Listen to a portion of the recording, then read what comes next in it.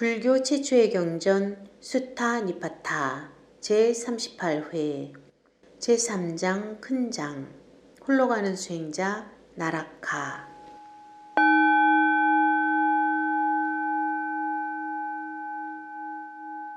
아시타 현자는 한낮의 휴식 때에 깨끗하고 단정한 옷을 입은 30명이나 되는 신들이 기뻐하고 즐거워하면서 옷을 벗어 흔들며 제석천을 긋고 찬양하는 것을 보았다. 기뻐서 뛰노는 신들을 보고 현자는 조심스레 물었다. 신들이 기뻐하고 있는 것은 무슨 까닭입니까? 왜 당신들은 옷을 벗어 흔들고 있습니까? 만일 아수라와의 싸움에서 신들이 이기고 아수라가 졌다 할지라도 몸의 털을 곤두세울 만큼 그토록 기뻐할 수는 없을 터인데 어떤 희귀한 일이 있기에 그처럼 기뻐하고 있습니까? 당신들은 소리 높여 노래하고 악기를 연주하고 손뼉을 치면서 춤을 추고 있습니다. 나는 수미산 꼭대기에 살고 있는 당신들께 묻습니다. 존경하는 분들이여. 제 궁금증을 어서 풀어주십시오. 신들은 대답했다. 비할 데 없이 뛰어난 보배인 저 보살이 모든 사람의 이익과 평안을 위해 인간 세계에 태어났습니다. 석가족 마을 룸비니 동산에. 그래서 우리는 이토록 기뻐하고 있는 것입니다.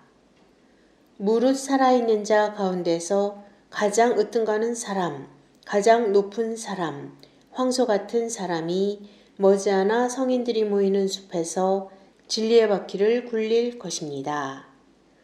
용맹스러운 사자가 다른 모든 짐승들을 제압하고 포효하듯이 현자는 그 말을 듣고 급히 인간 세계로 내려왔다. 그리고 수도다나 왕의 궁전에 가서 석가족에게 이렇게 말했다. 왕자는 어디에 있습니까? 나도 한번 뵙고 싶습니다. 그리하여 석가족의 사람들은 솜씨 좋은 금세공이 만든 황금처럼 반짝이며 행복에 빛나는 거룩한 아기의 얼굴을 아시타 현자에게 보였다. 불꽃처럼 빛나고 하늘의 달처럼 밝으며 구름을 헤치고 비치는 가을 태양처럼 환한 아기를 보고 아시타 현자는 환희에 넘쳐 몹시 기뻐했다. 신들은 1000개의 둥근 고리가 달린 양선을 궁중에 펼쳤다. 또 황금 자루가 달린 불자를 위아래로 흔들었다. 그러나 그들의 모습이 사람들의 눈에는 보이지 않았다. 아시타 현자는 얼굴을 흰 양산으로 가리고 빨간 담요에 쌓여있는 황금 보물 같은 아기를 보고 기뻐서 가슴에 안았다. 관상과 베다에 통달한 그는 황소같이 훌륭한 석가족의 아기를 안고 그 남다른 상을 살피더니 환호성을 질렀다. 이 아기는 최고로 뛰어난 사람, 이 세상에서 가장 위대합니다. 그러더니 현자는 자기의 얼마 남지 않은 삶을 생각하고 말없이 눈물을 흘렸다. 현자가 우는 것을 보고 석가족의 사람들은 물었다. 우리 왕자에게 무슨 장애라도 있단 말인가? 석가족의 사람들이 걱정하는 것을 보고 현자는 말했다. 왕자에게 어떤 불길한 상이 있어 그런 것이 아닙니다. 이분은 평범한 상이 아닙니다. 정성껏 길러주십시오. 이 왕자는 깨달음의 최고 경지에 이를 것입니다. 이 아기는 가장 으뜸가는 맑고 순수함을 볼 것이며 모든 사람들에게 이익을 주고 그들을 불쌍히 여긴 나머지 진리의 바퀴를 굴릴 것입니다. 그의 청정한 덕행은 널리 퍼져나갈 것입니다. 그러나 이 세상에서의 내 삶은 얼마 남지 않았습니다. 이제 곧 내게는 죽음이 찾아올 것입니다. 나는 비할 데 없이 큰 힘을 가진 이분의 가르침을 듣지 못할 것입니다. 그래서 슬퍼하는 것입니다. 청정한 수행자 아시타 현자는 석가족 사람들에게 커다란 기쁨을 안겨주고 궁전을 떠나갔다. 그는 자기의 조카 나라카를 불러 비할 데 없이 큰 힘을 가진 사람의 가르침을 따르도록 했다. 내가 나중에 눈뜬 사람이 깨달음을 펴고 진리의 길을 간다는 말을 듣거든 그때 그곳으로 가서 그분의 가르침을 따라 그 밑에서 청정한 수행을 닦아라. 미래에 으뜸가는 순수함을 지닌 분이 온다는 것을 예견한 그 현자의 가르침을 받고 나락하는 온갖 선업을 쌓고 자신의 감각을 다스리며 승리자를 기다렸다. 훌륭한 승리자가 진리의 바퀴를 굴린다는 소문을 듣고 아시타 현자가 일러준 대로 가장 지혜로운 분을 보고 기뻐하며 거룩한 성인에게 수행의 길을 물었다. 나라카가 말했다. 아시타가 들려준 말이 진실임을 잘 알았습니다. 그러니 고타마시여, 모든 것에 통달하신 당신께 묻겠습니다. 저는 출가하여 탁발의 수행을 쌓으려 하오니 성자의 경지와 최상의 경지를 말씀해 주십시오. 스승은 말씀하셨다. 그대에게 성자의 경지를 일러주리라. 이것은 행하기 어렵고 이루기 힘들다. 이제 그대에게 그것을 일러줄 것이니 마음을 굳게 가지도록 하라. 세상 사람들에게 욕을 먹든지 절을 받든지 한결같은 태도로 대하라. 욕을 먹더라도 성내지 말며 절을 받더라도 우쭐대지 말고 무심하라. 동산의 숲속에 있더라도 불꽃처럼 여러 가지 유혹이 나타난다. 부녀자는 수행자를 유혹한다. 부녀자로 하여금 유혹하지 못하도록 하라. 모든 육체적 즐거움을 버리라. 모든 욕망을 버리라. 악한 것이든 강한 것이든 모든 생명이 있는 것을 미워하지 말고 좋아하지도 말라. 그들은 나와 같고 나도 그들과 같다고 생각하여 살아있는 것들을 죽여서는 안 된다.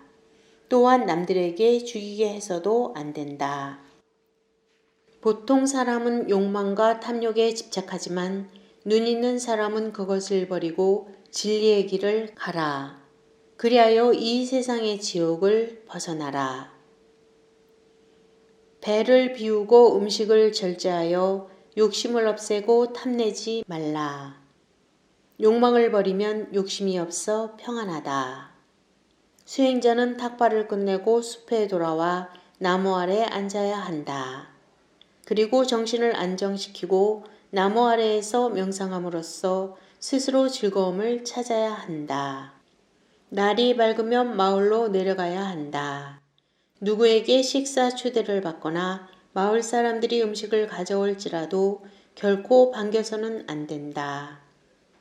그리고 마을에 이르러서는 이 집 저 집 조급하게 돌아다녀서는 안 된다. 입을 다물고 음식을 구하는 말을 꺼내서는 안 된다. 음식을 얻어서 잘 됐다. 얻지 못한 것도 잘 됐다. 생각하고 어떤 경우라도 편안한 마음으로 돌아온다. 마치 과일을 주우려고 나무 밑에 간 사람이 과일을 줍거나 줍지 못하거나 편안한 마음으로 돌아오듯이 바리떼를 손에 들고 돌아다니는 그는 벙어리는 아닌데 벙어리처럼 보일 것이다. 시주 받은 것이 적다고 가볍게 여기지 말고 시주한 사람을 업신여겨서도 안 된다. 스승은 피안에 이르는 여러 가지 수행에 대해서 말씀하셨다. 거듭 피안에 이르는 일은 없으나 단번에 이르는 일도 없다. 윤회의 흐름을 끄는 수행자에게는 집착이 없다. 해야 할 선도 하지 말아야 할 악도 버렸기 때문에 번뇌가 없다. 스승은 다시 말씀하셨다. 그대에게 최상의 경지를 말하리라. 음식을 얻을 때에는 칼날의 비유를 생각하라. 혀를 입 천장에 붙이고 스스로 배를 비우라. 마음이 어두워서는 안 된다. 또한 쓸데없이 많은 것을 생각해서도 안 된다. 비린내가 없이 걸림이 없이 청정한 수행을 궁극의 의지처로 삼으라. 홀로 있는 일을 배우라. 으뜸가는 수행은 홀로 있는 것이다. 홀로 있어야만 진정으로 즐거울 수 있다. 그렇게 하면 그는 온 세상에 빛나리라. 욕망을 버리고 명상하고 있는 그의 이름을 들으면 내 제자는 더욱더 겸손해지고 믿음이 깊어질 것이다. 이것을 깊은 강물과 얕은 개울물의 비유로 알라. 바닥이 얕은 개울물은 소리내어 흐르지만 깊은 강물은 소리 없이 흐르는 법이다. 모자라는 것은 소리를 내지만 가득 찬 것은 아주 조용하다. 어리석은 자는 물이 반쯤 찬 항아리 같고 지혜로운 이는 물이 가득 찬 연못과 같다. 사문이 의미 있는 말을 많이 하는 것은 스스로 알고 법을 설하기 때문이다.